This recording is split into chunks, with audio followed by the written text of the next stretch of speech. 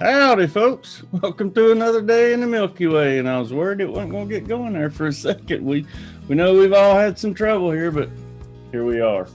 And finally, after many times trying, I got Miss Genevieve to join me and Kent tonight. How you doing?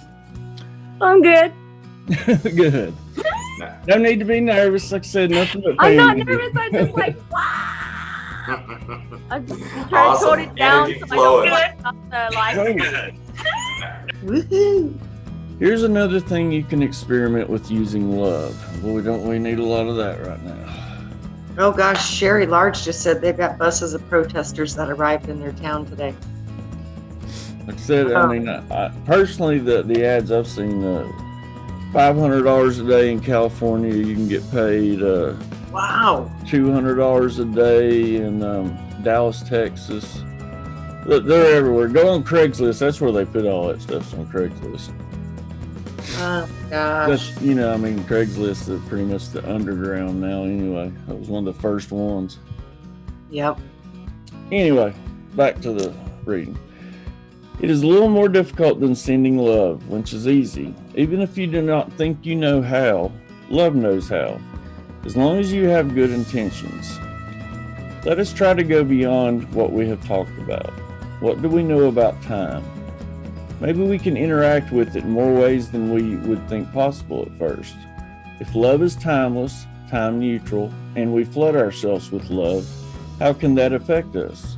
Also, the mind is timeless or time neutral, even though the brain is not. Is something starting to come through for you? And for those of you who have already thought the question, yes, it can.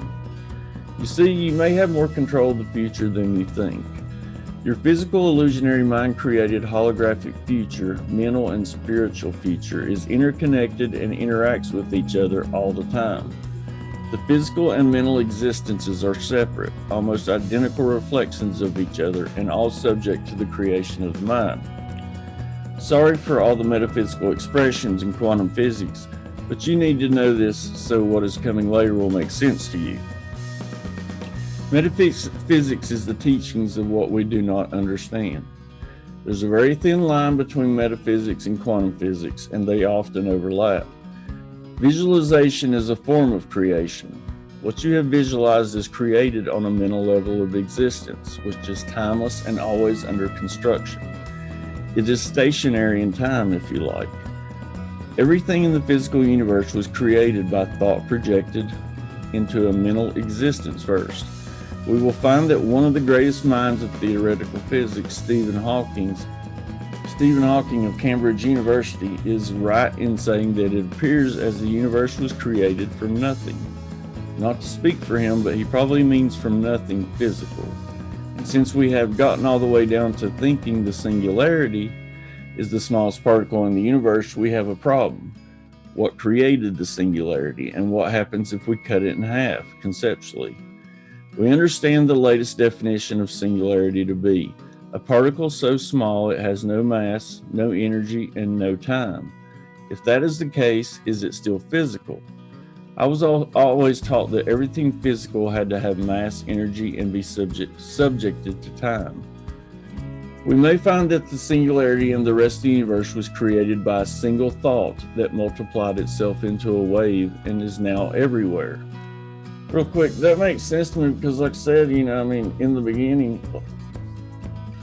it had to be a thought or something because there is no beginning or end. It just is. That's what I saw. So, I can't really explain it any other way than it was a thought, and the thought produced a vibration and a sound and a color from the basic thought. And then it went from that into symbols and geometry and down into matter it goes, But So, that's in that case, there would definitely have to be a multiverse. yeah, I think so. I mean, it wouldn't be any other way. I It's would like think. the thoughts are like drops of water in an ocean. There's so many different realities based on our perceptions. Yep. They're all little bubbles. Maybe that's the circles upon circles upon circles upon. Yeah, round and round we go. Whee! Now, back to the story. We may find that singularity in the rest of the universe was created by a single thought that multiplied itself into a wave and is now everywhere. This single particle was love, universal consciousness, or God. This is what the universal consciousness is trying to convey about it. Stephen Hawking has an incredible mind, and he may already know this, but he cannot put it into the scientific community this way. They would never buy it. That has to come into stages. As the human consciousness on Earth expands, it will be fun to see how this unfolds. So why not start visualizing what you want in the future? Set a date attached to an emotional event by which it will be attained. And by the way, at the end of this, we're going to do another moment of silence, and I want to make us visualize a better outcome for what we're seeing today. So, awesome. Visualize it in detail, color, and put emotion, feelings, and love into it as you build it. This will take a while to engineer the way you want it. When you create it with feelings and emotion, you are speaking to the universal consciousness in its language. Keep visiting it in your mind often, and be specific in the details so you get a good visualized, colorful picture of your mind creation. The more you travel the path in your mind to this creation, the more you are solidifying the path back and forth to the creation in the future. You are laying down attractor strings to it. Once you have thought it into existence on a mental level of existence in the future, start flooding it with love. Bombard it with love until it glows like a star. When you're going there in your mind to flood it with love, see if you can leave a string of light from here and now to there in the future.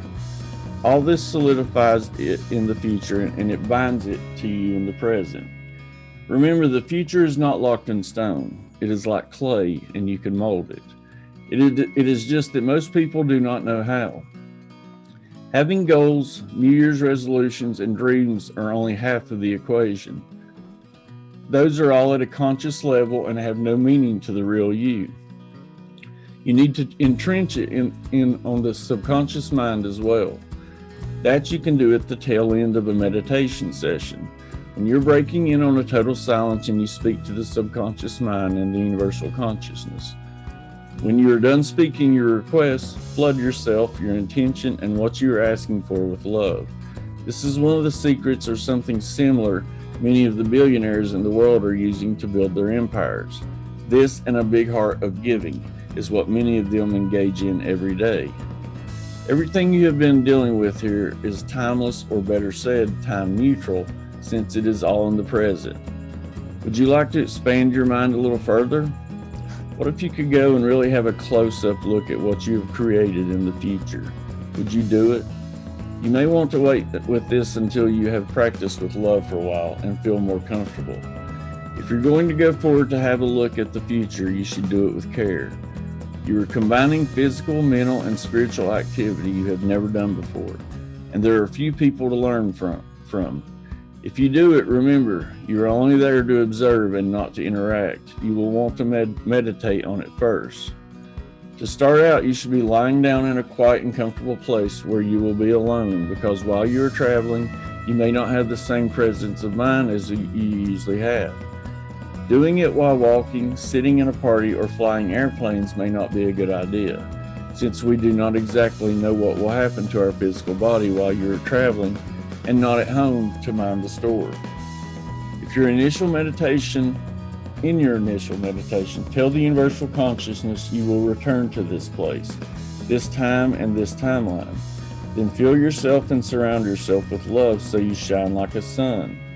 Visualize yourself walking out, always surrounded with the bright white light around you, and a taxi cab is just driving up. You get into the taxi and the driver asks, "Where to?" You tell him your desired time, date, and year in the future. You hear him say, "We will go there." The taxi starts moving and you drive into a tunnel. Everything goes dark except the lights on the taxi and the light of love around you. You may want to replenish the light around you from time to time. If you lose the light love around you, it most likely will not work. You should drive for a minute or so and emerge from the tunnel. From there on, it is up to you. You can go and find a newspaper to find out what is going on, or go and visit yourself in your creation, but you're best off to observe from a distance. You can talk to yourself because your future self already knows you have done this. Never touch your future self. There are two schools of thought on that, but I prefer to be on the safe side. Theoretical physics indicates that if you touch your future self, you could create a paradox or end up creating a quantum bridge back to the past. If you start interacting and making decisions in the future, you most likely will start making a new timeline which will create more future possibilities. It will contaminate the future of the timeline you were in and possibly all the way back to the starting point now. If you end up in a different timeline, you may not come back in this timeline at all. If that were to be the case, you would never know the difference because you would have no memory of the timeline you departed from because it never existed. Where you end up, that is the hologram you will play out from then on. That would most likely be a non-scheduled event and it would interfere with your previous life purpose and related issues. This would make things really complicated on the spiritual side and miss opportunities to learn for you. To return back from the future, you should go and look for the taxi. When he shows up, tell him you'd like to go back through the same timeline, to your same year, and to the same time. The driver will confirm. Observe going through the tunnel and return to your starting point. Keep the love and light around you during all this, and you cannot hurt yourself. Until then, be the frequency you want to receive, folks. Get out there and spread some love and light. I love you all. Have a wonderful night.